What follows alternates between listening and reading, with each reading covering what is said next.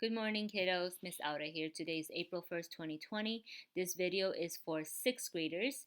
We're going to work on reading comprehension, specifically in reading informational text.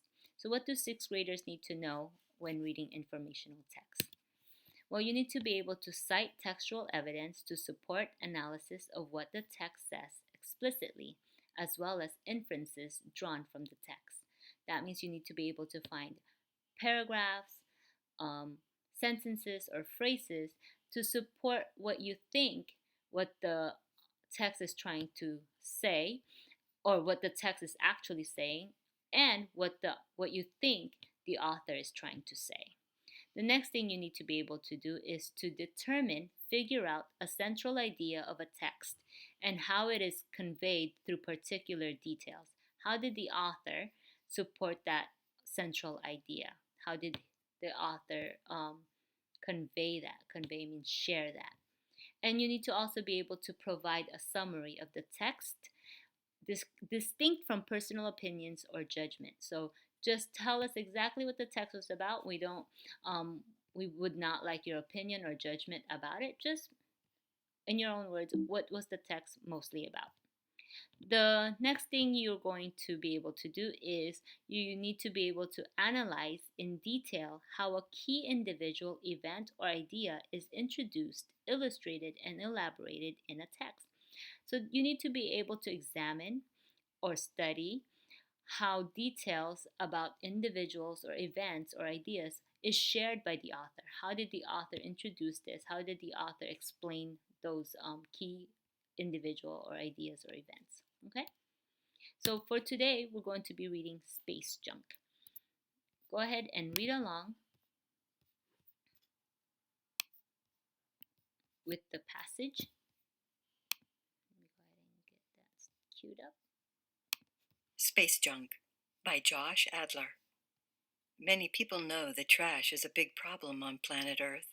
What many people don't know is that trash has become a problem in outer space, too. Years of space exploration have left tons of space junk in orbit around the planet. Notice the author here starts with what we know. What people know is that we have problems. We have a trash problem on Earth. We have a lot of trash here. And then he continued on to say that what people might not know. So now it's kind of giving us information about something we might not know, is that there's also trash in outer space. It's becoming a problem there.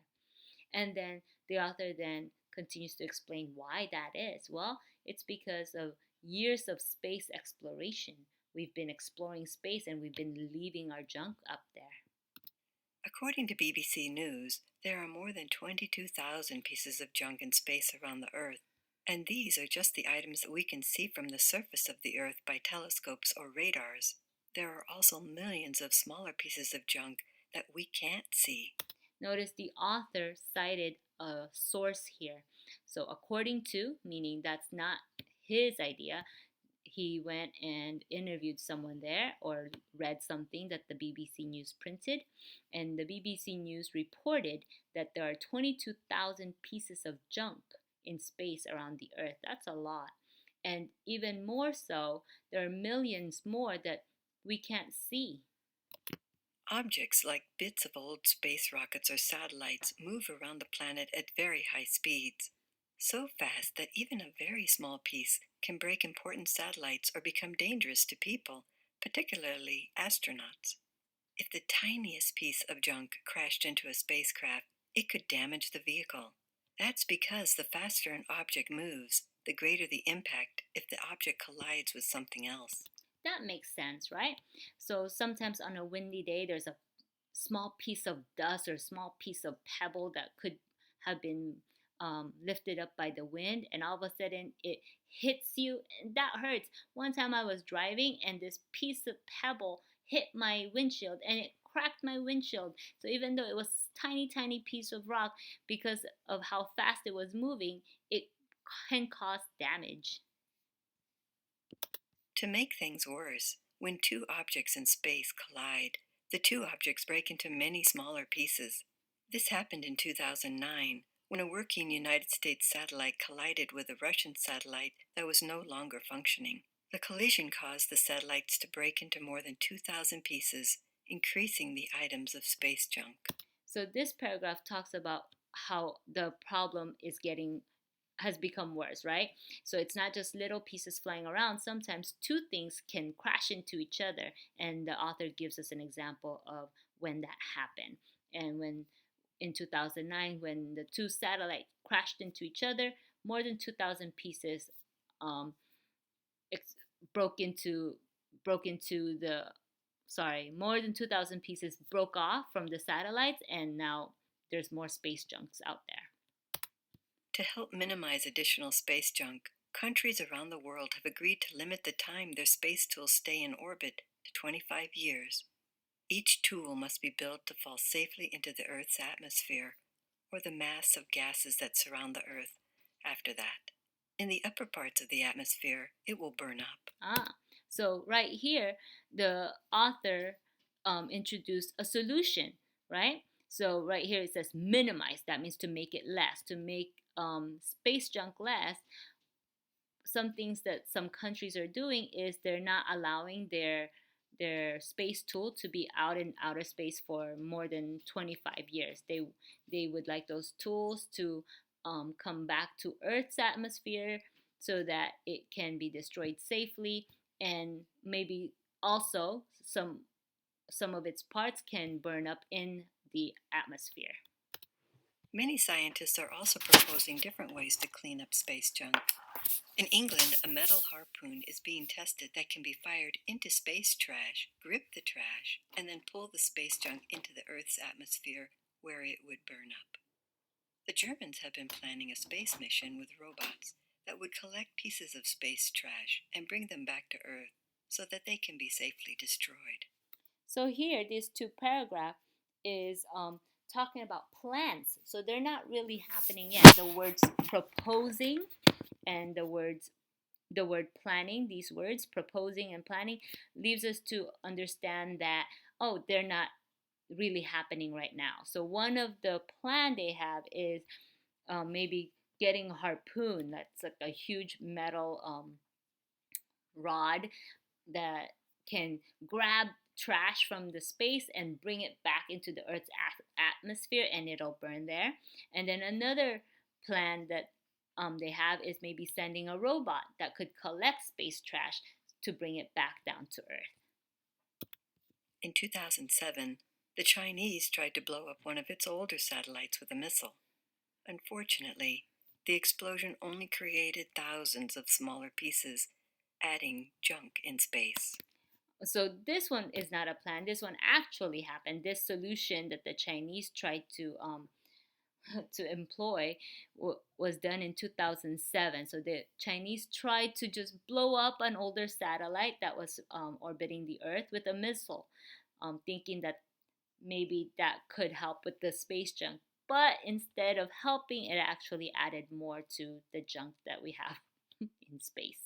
In our opinion, the problem is very challenging, and it's quite urgent as well, said Marco Castronuovo, an Italian space agency researcher who is working to solve the problem. One reason that it's urgent is that countries are sending more and more objects into space. Many of these objects are tools that help people use their cell phones or computers. The time to act is now. As we go farther in time, we will need to remove more and more fragments, he says.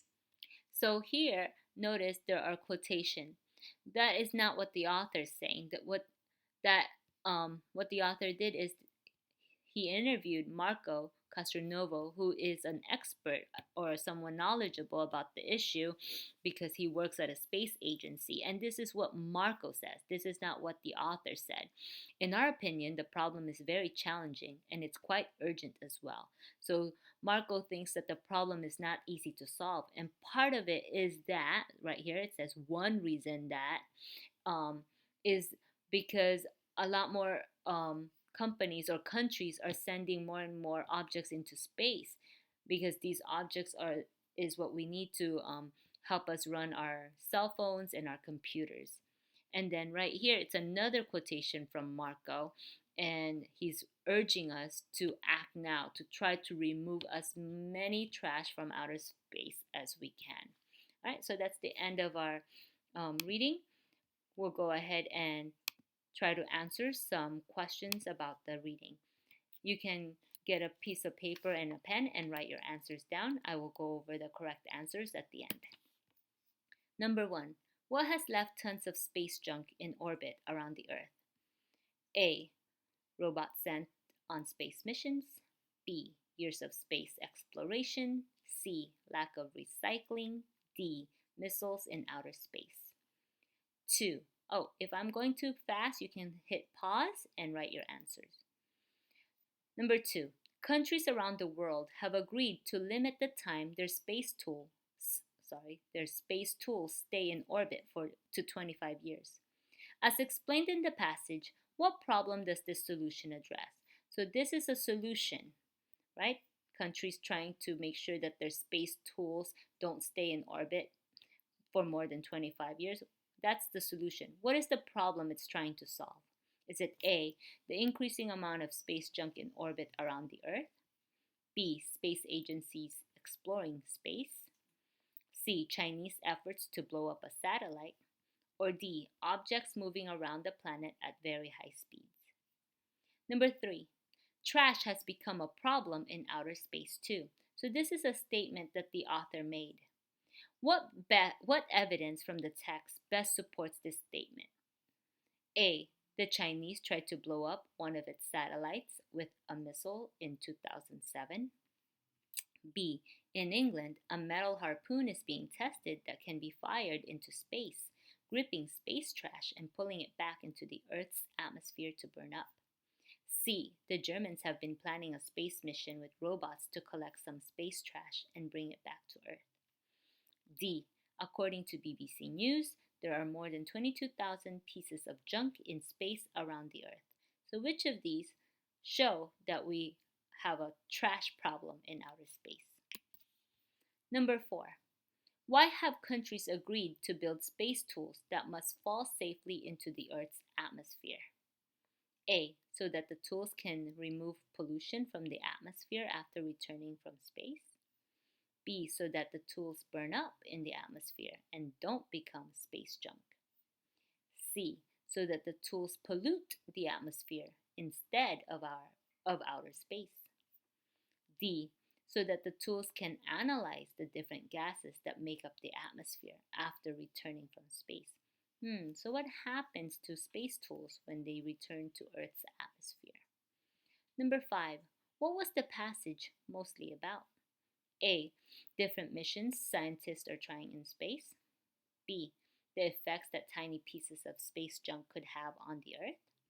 Or C, the problem of space junk and scientists' attempts to solve this problem.